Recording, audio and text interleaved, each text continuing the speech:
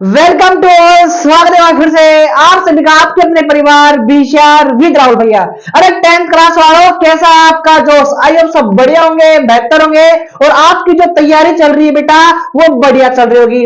मैं आपसे ये उम्मीद कर रहा हूं कि आपके हाथ में पेन और कॉपी दोनों चीजें होंगी। अगर नहीं है इस वीडियो को यहीं रोको और फटाफट अपने रूम में जाओ और कॉपी और पेन को उठा के लेके आओ। बाबू, अब आज से अपना वो चैप्टर स्टार्ट हो रहा है जिसका आपको लगता है डर, वास्तविक संख्या। बाबू, वास्तविक संख्या से जितने भी क्वेश्चन आपके एग्जाम में आएंगे, जैसे भी सवाल आपकी बुक में दे रखे हैं, हर क्वेश्चन का सॉल्यूशन करेंगे, वो भी बिल्कुल 1 घंटे के अंदर अंदर। आने वाले 1 घंटे के लिए अपने फोन को फ्लाइट मोड पे डाल दो और अपनी इस वीडियो को या तो डाउनलोड करके देखा करो। चलो ठीक है, जैसा भी आप देखते हो वैसा सोचा करो। देखो बाबू, एक ही सवाल होंगे, केवल मेरे साथ समझते हुए चलना है। स्क्रीनशॉट लेने का मौका दूंगा, स्क्रीनशॉट ले लेना और अपनी कॉपी में, रफ कॉपी में सोल्व करते हुए बाद में आपको चलते रहना। चलो जी, नजर है आपकी स्क्रीन पे पहला सवाल। √3 एक अपरिमेय संख्या है और आपको क्या करना है? सिद्ध करना है। सर आपने एलसीएम एचसीएम वाले सवाल क्यों नहीं लिए? परिमेय अपरिमेय वाले क्यों नहीं लिए? डायरेक्ट मैंने सिद्ध करने वाले सवाल ले लिए। मुझे पता लास्ट तक आपकी एनर्जी क्या जाएगी, खत्म हो जाएगी। इससे पहले मैंने एनर्जी खत्म होने से पहले सवाल नंबर फर्स्ट को ले लिया। आपको प्रूफ करना है बेटा, मेरे एक एक पॉइंट को नोट करते हुए चलना।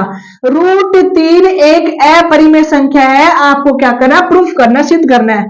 सबसे पहले जो स्टेप है वो क्या लिखोगे? हर चाहे √2 हो, चाहे √5 हो, चाहे √7 हो, कुछ भी हो, क्या लिखोगे?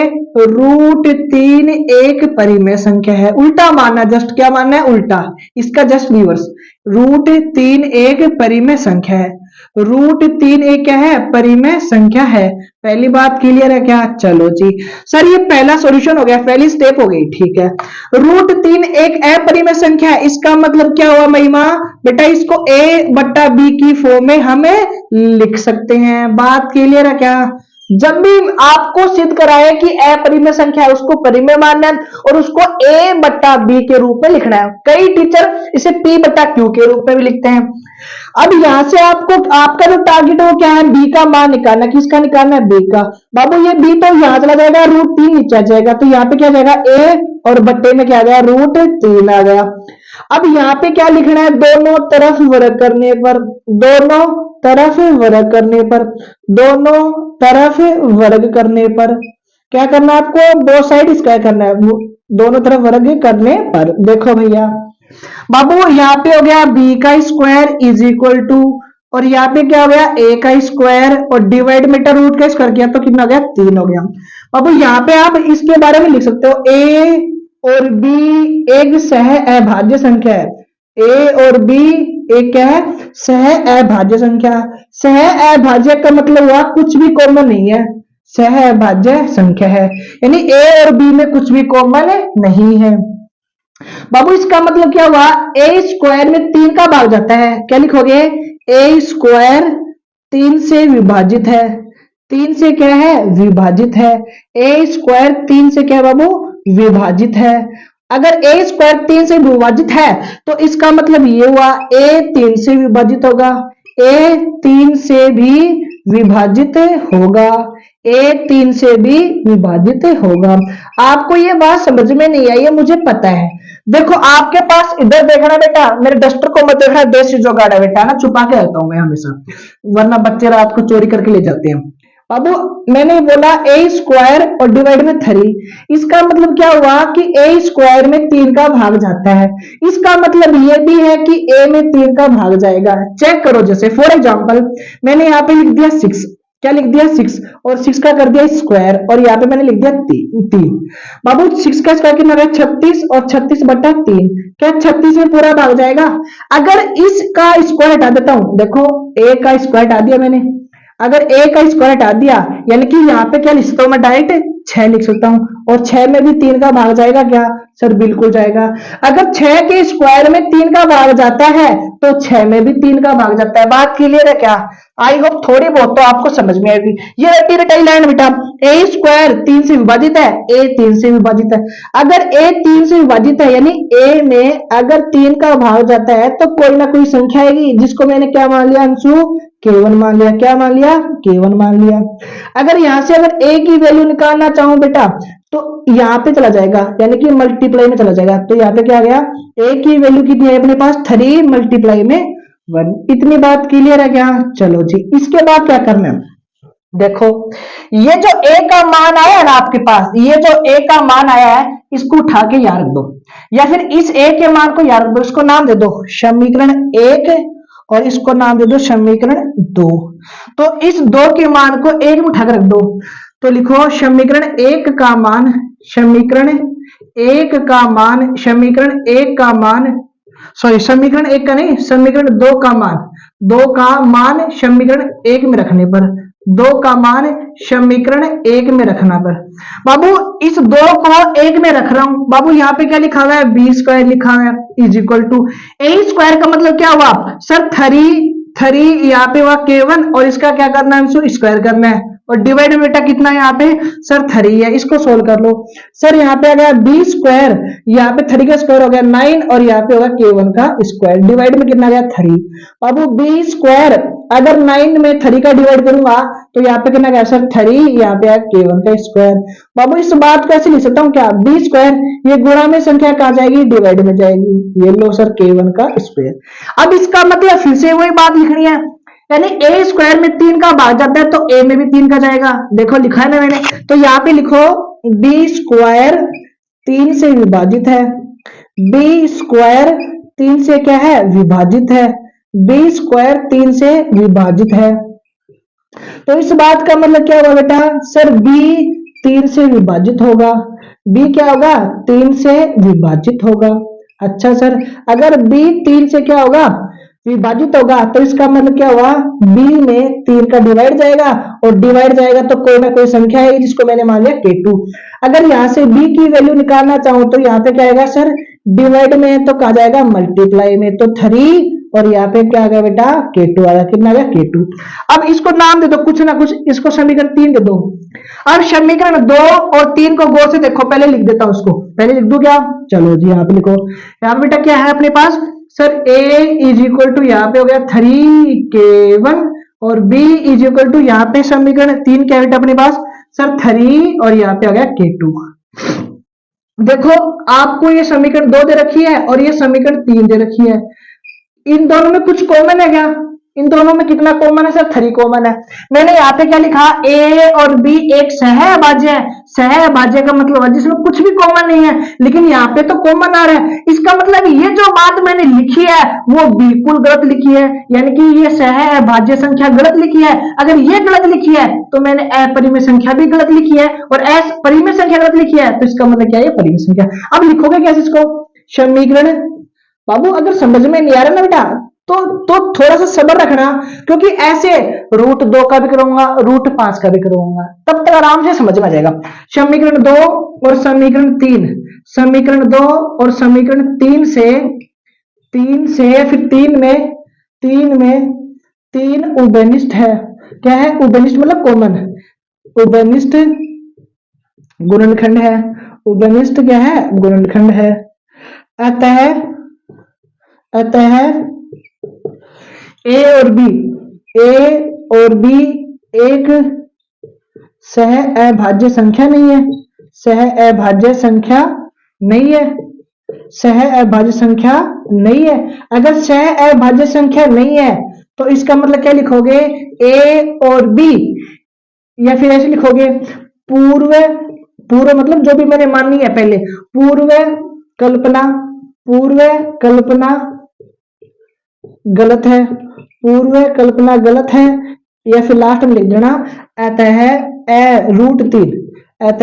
√3 एक अपरिमेय संख्या है, √3 क्या है, एक अपरिमेय संख्या है। बाबू ये रटी रटाई बात है और जो आपको करनी ही पड़ेगी। मैं सवाल को रिपीट करूंगा और रिपीट नहीं करूंगा, साइड में हट जाऊंगा, लेकिन एक ऐसा ही सवाल दूसरा लेके आऊंगा बेटा। स्क्रीनशॉट अगर विष्णु का लेना चाहते हो तो बाबू बटन को दबा सकते हो। चलते हैं एक ऐसे सवाल की ओर। बाबू देखो क्या लिखा हुआ है, √5 √5 एक अपरिमेय संख्या है, आपको क्या करना है, सिद्ध करना है।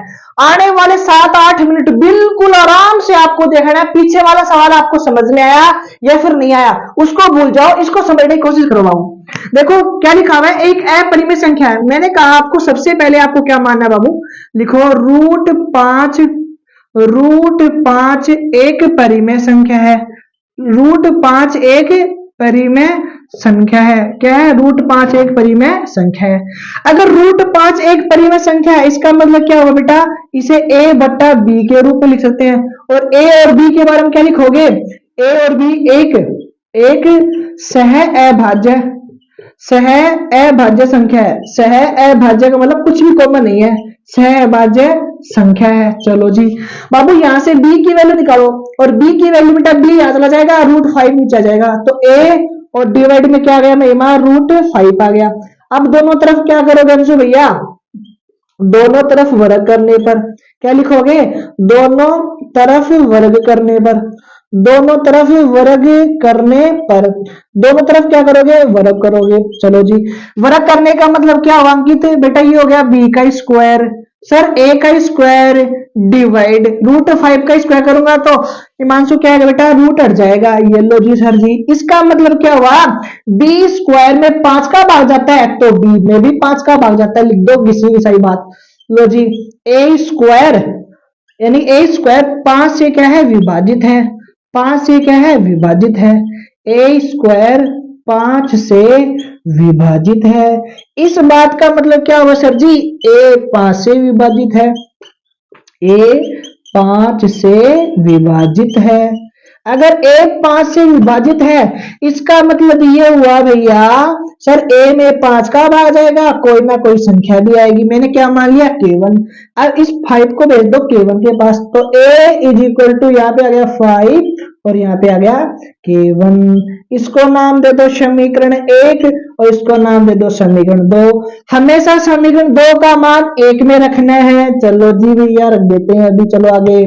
तो यहाँ लिखो समीकरण 2 का मान समीकरण 1 में रखने पर, समीकरण 1 में रखने पर चलो जी बाबू यहाँ पे रखो बेटा, sir b square left hand में ऐसा कैसा, a की जगह क्या रखोगे बेटा, सर 5k1 यहाँ रखो। सर यहाँ पे क्या रखोगे, 5k1, इसका क्या करना है, स्क्वायर करना है, डिवाइड में कितना है सर जी, सर डिवाइड में 5 है। ये लो सर b स्क्वायर 5 का स्क्वायर 25, यहाँ पे हो गया k1 का स्क्वायर डिवाइड में हो गया 5। अब वो b स्क्वायर ऐसा कैसा, सर 25 में 5 का डिवाइड किया तो 5 आ गया, यहाँ पे आ गया k1 का स्क्वायर।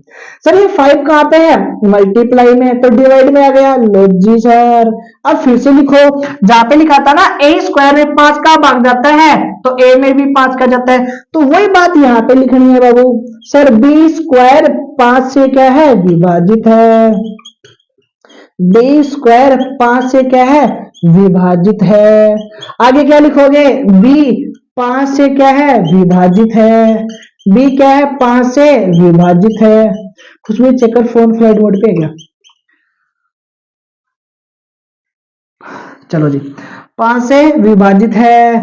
इसका मतलब क्या हुआ, b में 5 का भाग जाएगा, यहाँ पे क्या मानूंगा, k2 मानूंगा।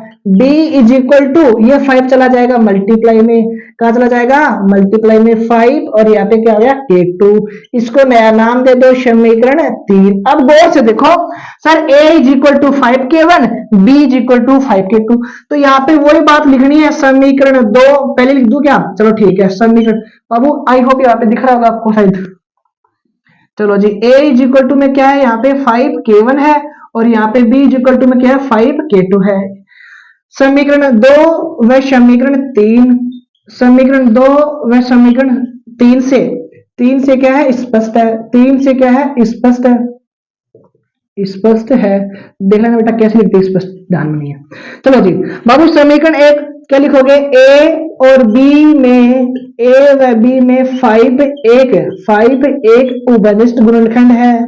ए क्या है, उभयनिष्ठ गुणनखंड है। अच्छा जी, उभयनिष्ठ गुणनखंड है, उभयनिष्ठ गुणनखंड है। उभयनिष्ठ गुणनखंड होने का मतलब ये हुआ कि ए व बी सह अभाज्य संख्या नहीं है, सह अभाज्य संख्या नहीं है। और सह अभाज्य का मतलब ये परिमेय नहीं है, तो क्या लिखोगे? पूर्व निर्धारित या फिर पूर्व कल्पना गलत है। पूर्व कल्पना क्या है बाबू भैया? गलत है। और गलत का मतलब क्या हुआ? √5 एक परिमेय नहीं, एक अपरिमेय संख्या है। क्या लिखोगे? एक अपरिमेय संख्या है। बाबू ये तो हुआ आपका राइट आंसर। और फिर से बोल रहा हूं बेटा, या तो √2 या √5 और √3 कोई सा भी एक सवाल बाबू आपके एग्जाम हॉल में 100% मिलेगा। बाबू क्वेश्चन नंबर 3, √2 एक अपरिमेय संख्या है। आपको क्या करना? प्रूफ करना है। नजरें आपकी स्क्रीन पे बेटा। अब आपको थोड़ा बहुत तो समझ में आएगा, मेरे साथ साथ चीजों को समझते हुए चलना। √2 एक परिमेय संख्या है। √2 एक परिमेय संख्या है। अच्छा जी सर, ये मैंने क्या कर लिया? मान लिया √2 क्या है? एक परिमेय संख्या है। अगर परिमेय संख्या है तो इसे बेटा क्या लिखेंगे? a/b के रूप में लिखेंगे। यहाँ पे a और b क्या है? एक सह अभाज्य संख्या है। सह अभाज्य का मतलब ये हुआ उसमें कुछ भी कॉमन नहीं है। सह अभाज्य क्या है? संख्या है। चलो जी, सह अभाज्य क्या है? संख्या है। बाबू यहाँ से b की वैल्यू निकालो बेटा, तो a बाबू ये यहाँ चला जाएगा, ये यहाँ नीचे आ जाएगा, तो क्या आ गया? √2 आ गया। अब √2 आने का मतलब ये हुआ दोनों तरफ आपको क्या करना? वर्ग करना है। दोनों तरफ वर्ग करने पर, दोनों तरफ वर्ग करने पर, दोनों तरफ वर्ग करने का मतलब ये हुआ बेटा, सर यहाँ पे b का स्क्वायर आ जाएगा। लो जी सर, a का स्क्वायर आ जाएगा। लो भैया जी सर, √2 का स्क्वायर करेंगे तो 2 हो जाएगा। बाबू यहाँ पे क्या हुआ सर? a स्क्वायर 2 से विभाजित है। a स्क्वायर 2 से क्या है? विभाजित है। a स्क्वायर 2 से क्या है? विभाजित है। तो इस बात का मतलब ये हुआ कि a 2 से विभाजित होगा। a 2 से क्या होगा? विभाजित होगा। अगर a 2 से विभाजित होगा तो यहाँ पे कोई ना कोई संख्या आएगी। क्या आएगी बाबू? कोई ना कोई संख्या आएगी।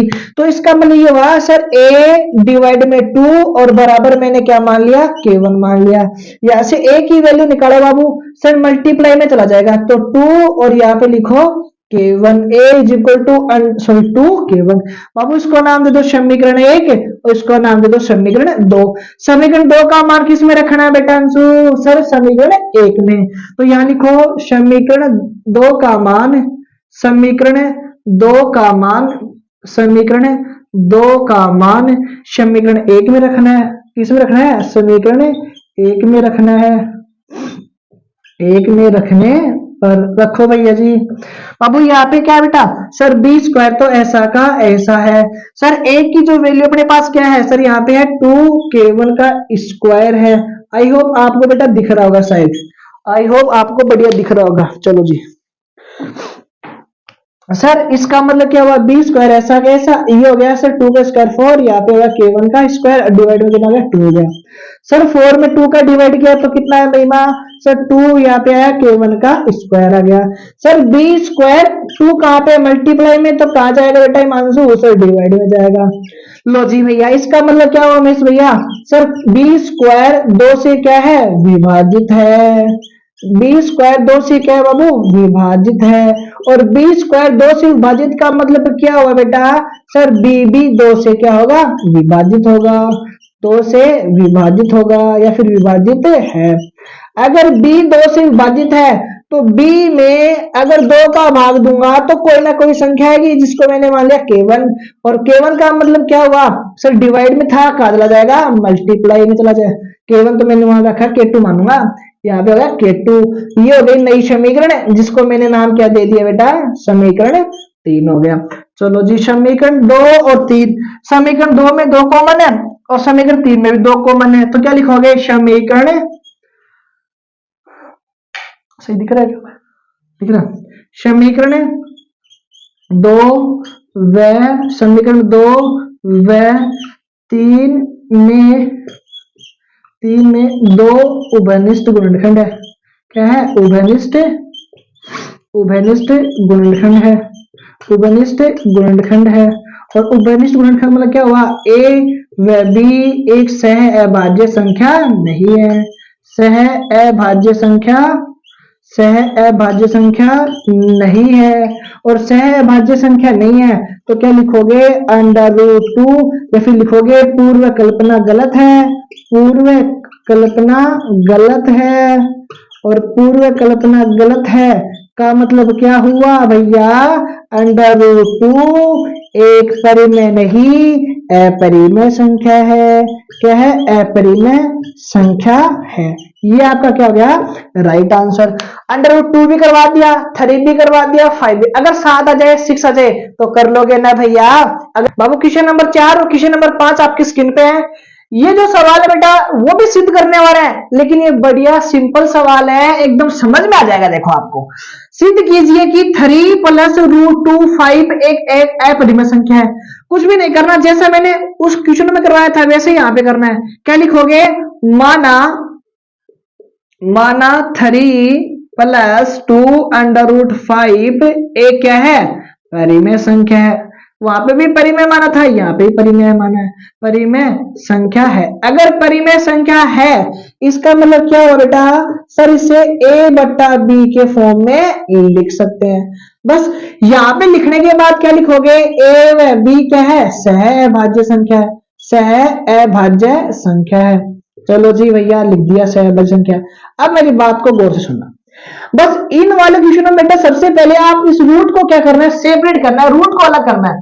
सर रूट को अलग करने का मतलब क्या हुआ, सर 2 रूट 5 ऐसा कैसा, ए बट्टा बी ऐसा कैसा।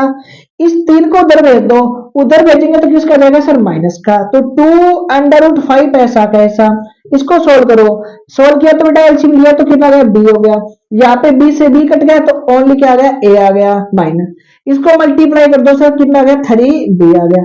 अब इस रूट को मुझे क्या करना है, अलग करना है। और रूट को अलग करने का मतलब क्या हुआ सर जी, रूट को अलग करने का मतलब सर जी ये हुआ, इस 2 को हटाना है, और 2 कब हटेगा, जब इस डिवाइड में जाएगा। मल्टीप्लाई में था कहा जाएगा, डिवाइड में जाएगा। ये आपका क्या हो गया, क्वेश्चन का सॉल्यूशन हो गया। अब नजरें आपकी बोर्ड पर दिए, ये तो क्या है, एक अपरिमेय संख्या है। ये क्या है, एक अपरिमेय संख्या है। ये अपरिमेय संख्या है, लेकिन ये कौन सी संख्या है, परिमेय संख्या है। सर अपरिमेय संख्या परिमेय संख्या के बराबर हो सकता है क्या, नहीं हो सकता। तो क्या लिखोगे, एलएचएस भाग एलएचएस भाग एलएचएस भाग अपरिमेय संख्या है, अपरिमेय अपरिमेय संख्या है।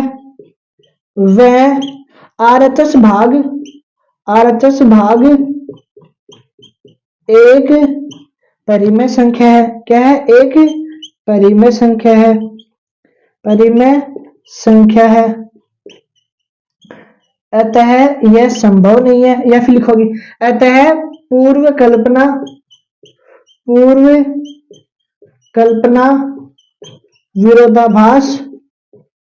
विरोधाभास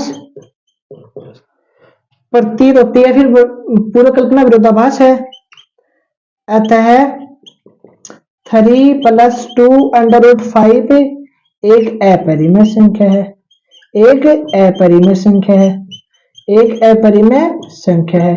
अब उस शब्द में बेटा यही बात लिखनी है, एलएचएस पार्ट जो अपरिमेय है वो अपरिमेय बोलोगे तो लिखोगे एलएचएस पार्ट अपरिमेय है और आरएचएस पार्ट परिमेय। तो परिमेय और अपरिमेय आपस में बराबर नहीं हो सकते, तो क्या लिखोगे, पूर्व कल्पना विरोधाभास है, अतः मानी गई संख्या क्या है, अपरिमेय संख्या है। सवाल नंबर 5 को गौर से देखो बेटा, सर 7 रूट 5 एक परिमेय सॉरी अपरिमेय संख्या आपको क्या करना है, सिद्ध करना है। तो लिखो यहाँ पे माना, क्या लिखोगे, माना सर 7 रूट 5 एक परिमेय संख्या है, एक परिमेय संख्या है। कौन संख्या है ये, परिमेय संख्या है। और परिमेय संख्या का मतलब क्या हुआ, सर इसे क्या लिख सकते हैं, 7 under root 5 is equal to में a और डिवाइड में b। और यहाँ पे क्या लिखोगे, a व b सहभाज्य संख्या है, a व b सहभाज्य संख्या है। अगर बाबू यहाँ से रूट को अलग कर लो, अगर रूट को अलग करने का मतलब क्या हुआ, सर रूट 5 ऐसा कैसा, और यहाँ पे हो गया a और यहाँ पे हो गया b। मल्टीप्लाई में कहा जाएगा, डिवाइड में जाएगा, कहा जाएगा, डिवाइड में जाएगा। अब ये जो वाला पार्ट है ना बेटा, ये कौन सा पार्ट है, अपरिमेय संख्या वाला पार्ट है। कौन सा पार्ट है, अपरिमेय संख्या वाला पार्ट है। और ये कौन सा पार्ट है, परिमेय संख्या वाला पार्ट है। तो ये जो बात लिखी ना सेम ऐसे कैसे लिख दो, क्या लिखोगे, एलएचएस भाग अपरिमेय संख्या है। क्या है? अपरिमेय संख्या है। अपरिमेय संख्या है। वह आरएचएस भाग आरएचएस भाग आरएचएस भाग परिमेय संख्या है। क्या लिखोगे? परिमेय संख्या है। अच्छा जी, परिमेय संख्या है। अतः पूर्व कल्पना अतः पूर्व कल्पना गलत है या फिर विरोधाभास है? पूर्व कल्पना विरोधाभास है। विरोधाभास है। विरोधाभास है। अतः 7√5 एक अपरिमेय संख्या है। कौन संख्या है? एक अपरिमेय संख्या। ये आपका क्या गया बाबू? राइट आंसर हो गया। बस ये आपको क्या करना था? प्रूफ करना था। बट इन सवालों में ध्यान ये रखना है, √5, √2, √3 को सेपरेट करना है, बाकी आपका काम हो जाएगा। इस बात को लिख देना, आंसर सही माना जाएगा। दोनों क्वेश्चनों का स्क्रीनशॉट आपको ले लेना है, बटन को दबा लेना है। बाबू क्वेश्चन नंबर नेक्स्ट, अभाज्य गुणनखंड के रूप में आपको क्या करना है? लिखना है। बाबू 3 क्वेश्चन देख रहे हैं, तीनों क्वेश्चनों की शक्ल देख ले बेटा। एक सवाल आपको एग्जाम हॉल में देखने को मिल सकता है। चलो जी भाई, सर अभाज्य गुणनखंड कैसे करते हैं? देखो बाबू, अभाज्य गुणनखंड करने का तरीका जो आपने 7th क्लास में 8th क्लास में सीखा होगा। सबसे पहले 2 का डिवाइड करना है तो कितना आएगा? यहाँ पे सर 70 आएगा। आई होप डिवाइड करना आपको आता होगा। 2 का डिवाइड किया तो सर यहाँ पे कितना आएगा? 35 आएगा। तो 2 का डिवाइड नहीं जाएगा, 3 का चेक करेंगे। 3 और 5 8 होते हैं, तो 3 की टेबल में 8 नहीं आते, तो 3 का भी नहीं जाएगा। अब चेक करेंगे सर 5 का जाएगा, क्योंकि 5 की टेबल में 35 आते हैं 7 टाइम, और 7 में 7 का डिवाइड जाता है, क्योंकि अभाज्य संख्या है। इसको लिखने का तरीका क्या है बेटा? 140 इज इक्वल टू क्या लिखोगे? सर 2 की पावर 2 मल्टीप्लाई। सर 2 की पावर 2 क्यों लिखा है? क्योंकि 2 बार है। यहाँ पे 5 अकेला है और 7 क्या है? अकेला है। ये आपका क्या हो गया? अभाज्य गुणनखंड के रूप में इस सवाल का सॉल्यूशन हो गया। सवाल नंबर नेक्स्ट है इसी में बी का। सर यहाँ पे क्या दे रखा है आपको? 156 दे रखा है। बाबू अगर 2 का भाग करूंगा तो यहाँ पे आ गया 7 और यहाँ पे आ गया 8। डिवाइड किया फिर से 2 का, तो यहाँ पे कितना आएगा? 3 आएगा, और यहाँ पे कितना आएगा? 9 आएगा। तो 2 का डिवाइड नहीं जाएगा, 2 का नहीं जाएगा, तो 3 का कंफर्म में जाएगा। क्यों? क्योंकि 9 और 3 कितने? 12 होते हैं। चलो जी, जाएगा यहाँ पे 1 और यहाँ पे कितना है? 3। अब यहाँ पे 13 में केवल 13 का जाएगा, क्योंकि 13 एक अभाज्य संख्या है। चलो जी सर 156, इसको लिखने का तरीका क्या है बेटा? सर 2 कितनी बार है? सर ओनली 2 बार है, तो लिखो पावर 2 मल्टीप्लाई। आगे क्या है? सर 3 है। उसके आगे क्या है सर जी? सर 13 है। ये आपका क्या हो गया बाबू भैया? सर राइट आंसर हो गया। आई होप आपको अभाज्य गुणनखंड करने आते होंगे। क्वेश्चन नंबर इसी में सी का क्या बाबू? सर यहाँ पे दे रखा है आपको 3825 दे रखे हैं। सर 2 का न जाएगा क्योंकि विषम संख्या है। 3 का चेक करेंगे सर। 8 और 3 11, और 11 और 2 13, 13 और 5 18। तो सर 3 का डिवाइड जाएगा। यहाँ पे कितना आ गया? 1 आ गया। यहाँ पे कितना आ गया? 2 आ गया। कितना आ गया? 2 आ गया। यहाँ पे कितना आ गया? 7 आ गया। यहाँ पे कितना आ गया? 1 सही 5 आएगा, सही था ना? 3 यानी कि 3 6 यानी 2 या 2 मतलब 21 7 15 बिल्कुल सही है। चलो जी फिर से 3 का डिवाइड करो। सर 3 का डिवाइड किया तो यहाँ पे कितना गया? 4 आ गया। यहाँ पे कितना गया सर? 2 आ गया। कितना आ गया? 2 आ गया। 1 बचा यानी कि 5 आ गया। अब 3 का जाएगा क्या? चेक करेंगे। 5 2 7 7 5 का नहीं जाएगा, सॉरी 3 का नहीं जाएगा। 6 6 5 11 नहीं जाएगा। 5 का चेक करो। 40 यानी कि 8 बच जाएगा। कन्फर्म जाएगा क्या? चलो जी यहाँ पे बचा कितना? 2। फिर से गया कितना? 5। लो जी भैया इसमें फिर से 5 का जाएगा। सर यहाँ पे कितना गया? 1 आ गया। कितना गया? 1 आ गया। और यहाँ पे 3 और 5 35 यानी कि 7 आ गया। और 17 में 17 कहीं जाएगा। लो जी भैया अब वो चेक कर लेना, डिवाइड करके देख लेना बेटा ना। सर 3 8 2 5। चलो जी सर 3 कितनी बार है? 2 टाइम है, तो पावर कितनी आएगी? सर 2 आएगी। लो जी आगे क्या बच गया? सर 5 है, कितनी बार? 2 बार, 2 पावर आ गई। सर 17 क्या है? सर अकेला है, बिल्कुल आपकी तरह। चलो जी भैया ये आपका राइट आंसर हो गया। आई होप आपको अभाज्य गुणनखंड आते होंगे। 1 नंबर का सवाल आपके एग्जाम हॉल में आपको देखने को मिल सकता है। स्क्रीनशॉट अगर क्वेश्चन का लेना चाहते हो तो बटन को दबा सकते हो। चलते बेटा नेक्स्ट स्लाइड की ओर। बाबू क्वेश्चन नंबर 7, अभाज्य गुणनखंड विधि से एचसीएफ और एलसीएम आपको क्या करना है, ज्ञात करना है। नजरें आपकी स्क्रीन पर चाहिए बाबू, बस 10-15 मिनट की बात हो रहा है। देखो सर, अभाज्य गुणनखंड विधि से सबसे पहले अभाज्य गुणनखंड करो। सर यहाँ पे 6 है और यहाँ पे 20 है, 2 का डिवाइड किया यहाँ पे कितना है सर 3 आया, 3 में केवल 3 का डिवाइड जाएगा। चलो जी सर 2 का डिवाइड किया यहाँ पे आया 10, 2 का फिर से डिवाइड किया यहाँ पे कितना आ गया सर 5 आ गया, 5 में केवल 5 का जाएगा। चलो जी बाबू यहाँ पे तो लिखो 6 है, तो 6 का फैक्टर कितना आ गया सर 2 मल्टीप्लाई में 3 हो गया। यहाँ पे लिखो 20, 20 का आगे क्या लिखोगे सर 2 की पावर 2 और यहाँ पे लिखोगे 5। नजर है आपकी स्क्रीन पे। सर सबसे पहले एचसीएफ फिर उसके बाद एलसीएम, एचसीएफ और एलसीएम नजर स्क्रीन पे। सर एचसीएफ का मतलब ये हुआ अगर इसके पास 2 है तो इसके पास भी 2 होना चाहिए। सर इसके पास 2 है, इसके पास 2 है ना, तो लिखो 2 है। इसके पास 3 है, इसके पास नहीं है ना, नहीं लिखेंगे। इसके पास 5 है, इसके पास 5 नहीं है ना, नहीं लिखेंगे। तो सर इसके पास 2 की पावर 1 है, इसके पास 2 की पावर 2 है, तो हमेशा याद रखना इस पे हमेशा कौन सी पावर होती है, छोटी पावर। तो यहाँ पे ओनली छोटी पावर का मतलब 1 आएगा, तो ये आपका क्या आ गया एचसीएफ आ गया। क्या आ गया एचसीएफ आ गया। बात करेंगे अगर एलसीएम की, तो यहाँ पे इसके पास 2 है तो 2 भी दिख रहा है, और क्या है 2 के अलावा सर 3 भी है तो 3 भी लिखो। 3 के अलावा क्या है सर 5 है तो 5 भी लिखो। 2 भी लिखना है, 3 भी लिखना है, 5 भी। इसमें हमेशा कौन सी पावर आएगी सर, बड़ी पावर आएगी। सर 2 की पावर 1 है, 2 की पावर 2 है तो 2 की पावर 2 आएगी।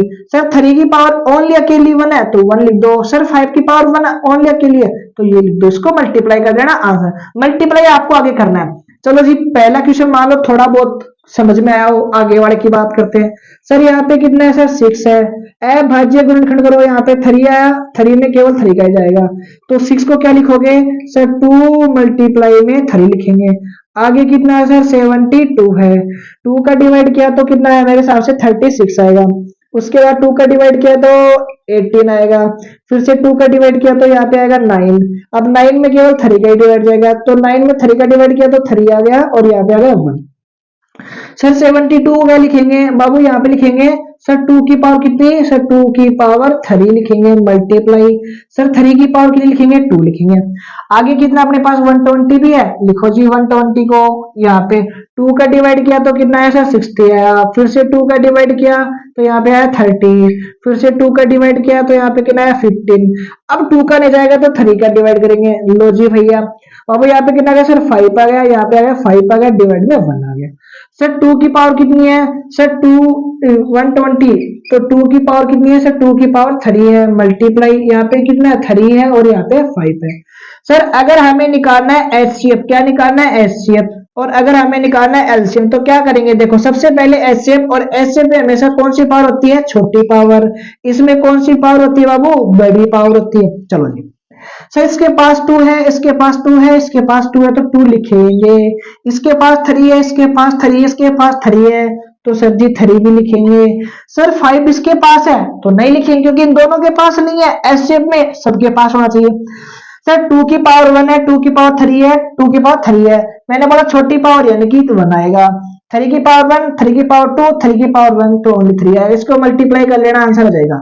सर एलसीएम, सर 2 भी है इसके पास, सर 3 भी इसके पास, सर 5 भी इसके अलावा कुछ है, 2 भी लिख दिया, 3 है तो 3 भी लिख दिया, 5 पर तो 5 भी लिख दिया, यानी सारे लिख रहे इसमें। तो इसमें बड़ी पावर 2 की पावर 1, 2 की पावर 3, 2 की पावर 3, तो यहाँ पे लिखो 2 की पावर 3। सर 3 की पावर 1, 3 की पावर 2, 3 की पावर 1 तो 3 की पावर 2 बड़ी वाली पावर। सर 5 की पावर 1 है तो ओनली 1 ही चलने दो, ये आपका राइट है आंसर। आई होप आपको समझ में आएगा। चलते बेटा अगले वाले सवाल की ओर। सर यहाँ पे कितना अपने पास सर 12 है, आगे क्या है सर 15 है, उसके आगे क्या है सर 21 है। 2 का डिवाइड किया तो बाबू यहाँ पे है 6 आया, 2 का फिर से डिवाइड किया तो यहाँ पे कितना आया सर 3 आया, 3 में केवल 3 का डिवाइड जाएगा। सर इसमें 3 का डिवाइड गया तो 5, यहाँ पे 5 का डिवाइड गया। सर 3 का डिवाइड दिया तो यहाँ पे कितना आएगा सर 7 आएगा, 7 में केवल 7 का डिवाइड जाएगा। सर यहाँ पे लिखो 12, यहाँ लिखो 15, यहाँ पे लिखो 21। चलो जी भैया जी चलो। सर यहाँ पे लिखो 2 की पावर 2 मल्टीप्लाई में कितना आएगा सर 3 आएगा। यहाँ पे लिखो 3, यहाँ पे लिखो 5, यहाँ पे लिखो 3 और यहाँ पे लिखो 7। सर एचसीएफ का मतलब क्या हुआ, सेम शक्ल होनी चाहिए और लेकिन पावर कैसी होनी चाहिए, छोटी होनी चाहिए। एलसीएम में सारे आ जाएंगे बेटा। चलो सर 2 है, इसके पास नहीं है, नहीं लिखेंगे। 3 इसके पास 3, इसके पास 3 है तो 3 लिखेंगे। पावर 1 है, पावर 1 है, छोटी लिखेंगे तो ओनली 1 ही है, 1 है। सर 5 इसके पास है, इसके पास नहीं है। 7 इसके पास नहीं है तो नहीं लिखेंगे। तो एलसीएम सॉरी एचसीएफ कितना आया, 3 आया। एलसीएम में सर 2 भी लिखेंगे, सर 3 भी लिखेंगे, सर 5 भी लिखेंगे और 7 भी लिखेंगे। सर 2 की पावर मैक्सिमम कितनी है, सर बड़ी पावर कितनी है, 2 है। 3 की पावर 1 है, ओनली 1 रहने दो। 5 की पावर ओनली 1 है, 7 की पावर ओनली 1 है। मल्टीप्लाई कर देना, आपका राइट आंसर यहाँ पे आ जाएगा। आई होप आपको एलसीएम और एचसीएफ तो निकालना आता होगा। बाबू या तो वो एचसीएफ एलसीएम पूछेगा एग्जाम में, या वो अभाज्य गुणनखंड पूछेगा, या फिर वो प्रूफ करवाएगा। बड़ा वाला सवाल तो कंफर्म बनेगा, √2 वाला, √3 वाला और √5 वाला। अगर छोटे क्वेश्चन की अगर बात करूं 1 नंबर में 2 नंबर में, तो या तो एलसीएम एचसीएफ पूछेगा या पूछेगा अभाज्य गुणनखंड। आई होप आपको चीजें समझ में आएंगी। स्क्रीनशॉट क्वेश्चन का बाबू आप ले सकते हैं। बाबू आज की क्लास के लास्ट सवाल है बेटा और इस चैप्टर का लास्ट फॉर्मूला है। चलो जी, नजर है आपकी स्क्रीन पे। बाबू एक फॉर्मूला बेटा आपको क्या दे देगा, 2 संख्या दे देगा। क्या दे देगा, 2 संख्या। तो वहां पे एक फॉर्मूला बनता है 2 संख्याओं का गुणनफल, 2 संख्याओं का गुणनफल या फिर 2 संख्याओं का गुणा बराबर क्या होता है बेटा, एचसीएफ और गुणा में होता है एलसीएम। यानी कि एलसीएम और एचसीएफ का गुणा बराबर में दोनों संख्याओं का गुणा। सर फॉर्मूला मतलब सर यहाँ पे ए गुणा में बी बराबर में एचसीएफ और सॉरी बराबर में एचसीएफ गुणा में एलसीएम। ये बात आपको याद रखनी है बेटा। आपको 2 संख्या दे रखी है, दोनों का प्रोडक्ट गुणा दे रखा है, एचसीएफ एलसीएम दे रखा है। इन चारों में से कोई भी 3 वैल्यू दे देगा और चौथी वैल्यू आपसे पूछ लेगा। जैसे सर ए की वैल्यू कितनी रखी है, सर 306 दे रखी है, गुणा सर बी की वैल्यू कितनी रखी है, sir 657 is equal to sir HCF कितनी दे रखा है, 9 दे रखा है। आपसे क्या पूछा है उसने, एलसीएम पूछा है। सर ये मल्टीप्लाई में है ना, कौन 9 अगर मल्टीप्लाई में इधर आएगा तो कहा जाएगा बाबू, इनके डिवाइड में जाएगा। कहा जाएगा, इनके डिवाइड में जाएगा। डिवाइड का मतलब क्या हुआ सर, 9 का डिवाइड करना पड़ेगा। इसमें 9 का डिवाइड जा सकता है, 6 3 9 होते हैं, डिवाइड जाएगा। सर 9 3 27 हो गया, बचा कितना 36, 9 चौके 36। लो जी भैया, इसको बाबू मल्टीप्लाई करके बता देना और आपका शायद राइट आंसर यहाँ पे आ जाएगा। ये आपका क्या जाएगा, मल्टीप्लाई करने पे एलसीएम हो जाएगा। आई होप आपको थोड़ा बहुत समझ में आया। 3 क्वेश्चन बेटा एक ही टाइप के हैं, मैं आराम से समझा दूंगा। देखो सर एचसीएफ एलसीएम ए और बी आपसे पूछा है। सर ए और गुणा में बी, यहाँ पे क्या होगा सर एचसीएफ और गुणा में एलसीएम होगा। सर ए की वैल्यू कितनी है, सर 54 है। सर बी की वैल्यू हमसे पूछी है। सर एचसीएफ कितना है, सर 27 है। सर 162 क्या है, इसका एलसीएम है। बाबू बी अगर आपको निकालना है तो 54 को डिवाइड में भेजो। 54 को कहां पे भेजना पड़ेगा, डिवाइड में भेजना पड़ेगा। लो जी भैया, सर 27 की टेबल में 54 आते हैं, कितनी बार, 2 बार आते हैं। बाबू 162 में अगर 2 का भाग दूंगा तो मुन्ना भाई मेरे हिसाब से 81 आना चाहिए। कितना चाहिए, 81। ये आपका क्या हो गया, right answer. I hope question number 10 आप कर सकते हो और कमेंट सेक्शन में अगर कमेंट कर सकते हो तो कर देना। बाबू फॉर्मूला मैं बता देता हूं, ए बराबर B, sorry A multiply B और एचसीएफ गुणा में एलसीएम। एलसीएम आपसे पूछा है, दोनों का गुणा कितना दे रखा है, सर 12960 बराबर एचसीएम दे रखा है 18 और एलसीएम आपसे पूछा है। बाबू अगर एलसीएम उसने अगर आपसे पूछा है तो ये जो 18 है कहा जाएगा, सर डिवाइड में जाएगा क्योंकि गुणा में था। बाबू डिवाइड करके काट पीट के आंसर इसका आप सोल्व कर लेना।